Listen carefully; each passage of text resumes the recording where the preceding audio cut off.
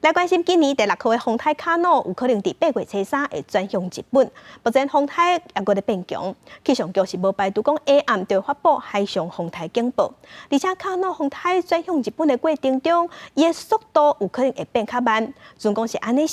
影响咱台湾的时间就会又搁较长。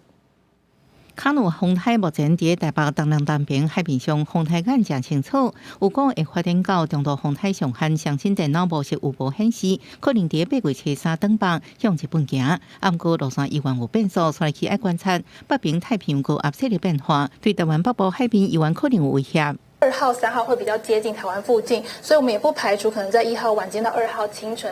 也有发布海上警报的可能。拜二受卡努外围环流影响，北部局部地渐润雨。拜三、拜四，雨区拖加中南部地区。